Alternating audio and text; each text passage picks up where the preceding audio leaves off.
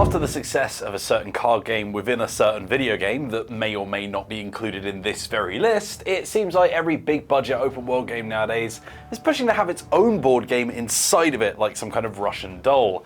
Surely the next logical step is for your game pieces to be playing their own miniature game inside of that game?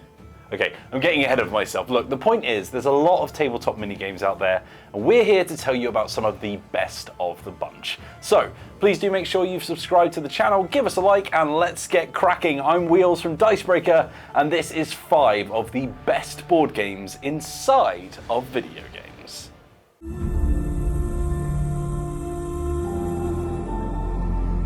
Nestled in the mech-laden post-apocalyptic North America of Horizon Zero Dawn's brand new sequel Forbidden West is something you may not have expected. It turns out that even in the hard and unforgiving world of this new America, teeming with dangerous tribal wars, killer robot animals, and some even more sinister things that I won't mention due to spoilers, people are still playing board games. That brings us to the newest game on the list, and the first one, Machine Strike, a tactical grid-based miniature combat game in which you'll be taking control of Horizon's iconic machines and putting them against each other on a 3D board of terrain. The goal is to destroy enough of your opponent's pieces to reach 7 victory points, with each machine's relative power being balanced out by a bigger prize in return for bringing it down, sort of like the Pokemon trading card game. All of your favourite machines are collectible as game pieces throughout Horizon's world, from the humble Scrounger to the terrifying Thunderjaw, and you'll definitely want to collect some good pieces before taking on some of the more seasoned players in the Forbidden West. Whilst you can construct pretty much any team of machines you like to play each game, you're limited by the pieces you actually have available to you, and harder challenges will see you going up against much more powerful machines. Machine Strike's gameplay is reminiscent of classic skirmish games like the Fire Emblem series or tabletop games like Summoner Wars. There's a selection of different roles that your machines can fall into, like your standard melee and gunner machines who can hit from close range or shoot from afar respectively, as well as more specialised roles like dash machines who move through other pieces causing anyone in their path damage, or swoopers that can ignore terrain restrictions and fly straight into combat. Each piece is unique, and the more rare they are, the more likely they'll have special abilities to distinguish themselves from their metallic peers. Some might have affinity with certain types of terrain, or others might cause damage to any other machines that they're adjacent to at the start of each turn, for example. Terrain is something that you'll want to keep an eye on as well. The more altitude your creatures have in their space, the more damage they can dish out when they attack, with sunken terrain pieces like marshes actually worsening most machines' attack abilities. Not to mention, you'll be able to flank your foes and hit them in unarmoured or weak points to dish out more punishment too. There's plenty of fun synergies that you can mess around with in Machine Strike's large and very varied roster of machines waiting for your command, and if you're already popping into one of Horizon Forbidden West's many beautiful settlements, you might as well sit down for a crunchy tactical battle at the pub. The boards look like a nightmare to set up, so I mean it'd be rude not to.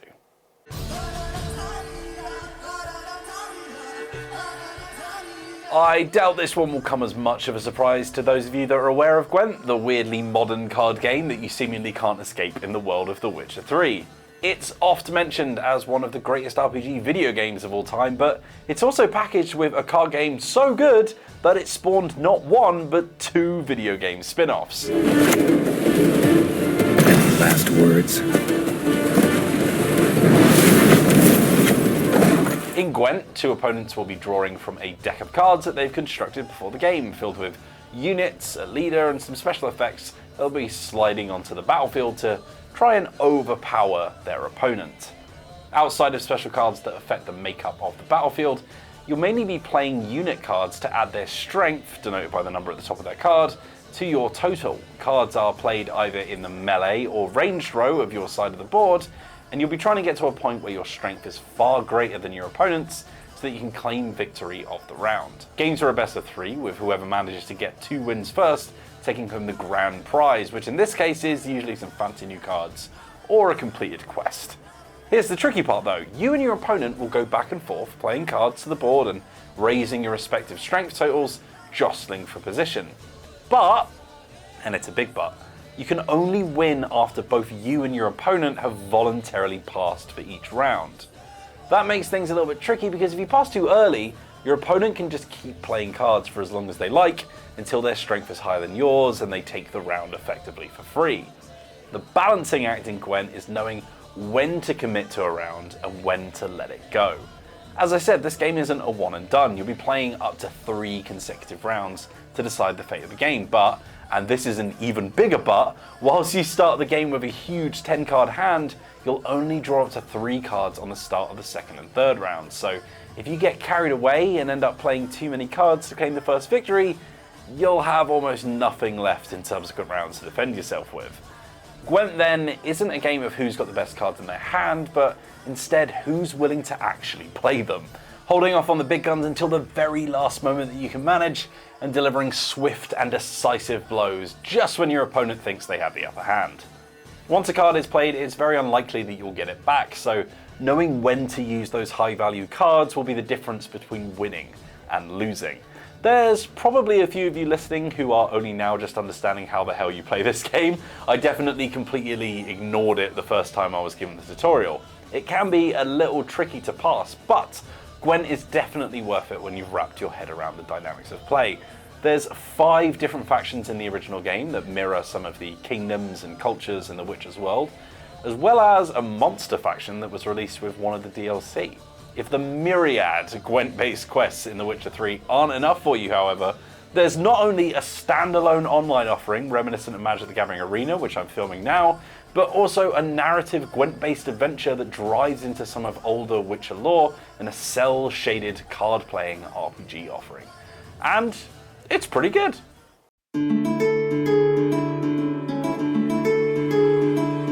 Okay, I'm just going to level with you. Matt Jarvis wrote this part of the script, so I'm going in as clueless as you may be.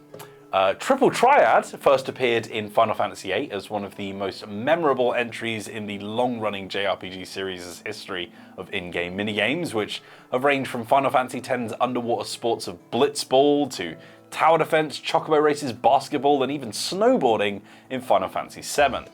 Final Fantasy's fondness for in-game card games specifically started with Triple Triad, which allowed angsty hero Squall to challenge people around the world to a match of the card game. The series' love of card games would later continue through Final Fantasy IX's severely underrated, if admittedly overly complicated, Tetramaster to the mostly forgotten Serendipity Poker variant of the equally forgotten Final Fantasy XIII-2.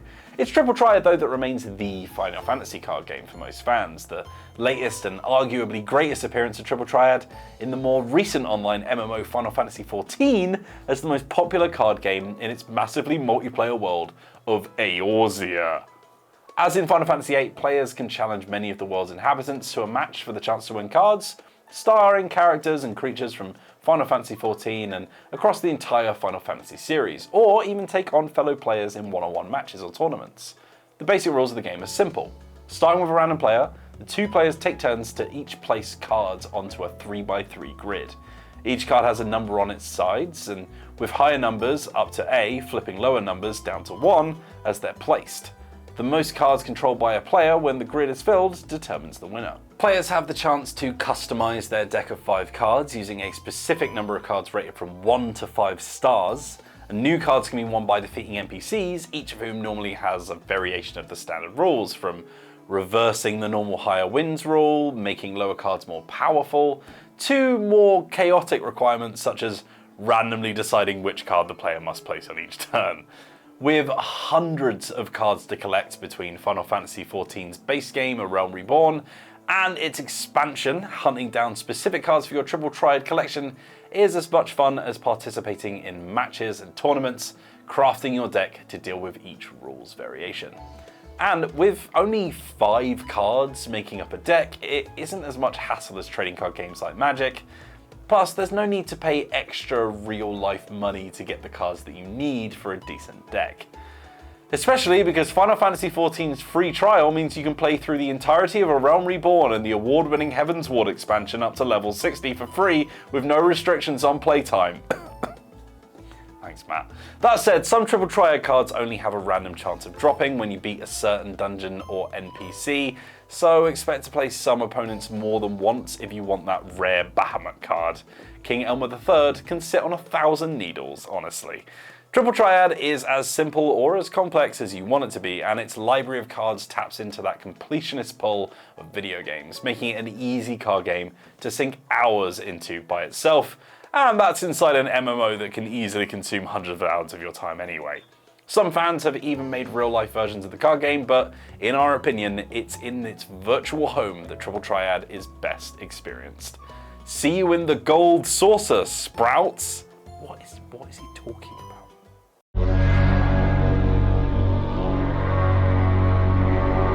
We're no stranger to pushing your luck and rolling dice on this channel, seeing as the classic game of Yahtzee has been an inspiration for countless modern board games for seeking a little risk and reward. Now, I don't know if Orlog was specifically inspired by Yahtzee and its many designed children, or if there's some ancient game I'm not aware of that it's based on, but the gameplay is relatively similar. You'll roll a handful of six-sided dice looking for certain combinations of symbols, depending on what you're trying to achieve that turn. Instead of creating certain combinations of numbers, like in Yahtzee though, you'll instead be rolling axes and arrows to deal damage to your opponent, shields and helmets to block their damage, and hands and gold-bordered symbols to grab tokens from the supply, or just straight up steal them from the other player. All pretty straightforward. You want to deal damage to your opponent to kill them off and claim victory, all whilst blocking theirs to keep yourself alive, with helmets blocking axes and arrows being blocked by shields. What spices things up is those tokens I mentioned, as you'll be spending them on special powers afforded to you by the gods that you've chosen to honour on your side of the board. By activating those special powers, you'll be able to turn the tide of battle in your favour with extra damage, dice manipulation, and much, much more. Turns in Orlog see you rolling all of your dice into a cute little wooden bowl, and that's when the strategy takes place. Just like the aforementioned game of Yahtzee, Orlog is all about deciding when to stick and when to twist. In every round you'll be choosing which dice results to keep and which to re-roll, with a limited amount of rolls that you'll both be able to take. Do you stick with the less than ideal results you've already got, or gamble on something better? Do you stick with your aggressive attack heavy roll, or hope for some more defensive dice in the next one? Those are the questions that you'll constantly have to answer in Orlog, especially as you and your opponent will be watching each other's individual rolls and will be able to adjust your strategy based on what they've already selected. Throw those special god powers into the mix and you'll have a lot of juicy options to choose from. Orlog is probably one of the simpler games on the list, and you should be able to pick it up relatively easy, with most of the complexity in figuring out what god might be most appropriate for spending your tokens on. But if you'll allow me to use an old cliche, Orlog is easy to learn, but difficult to master.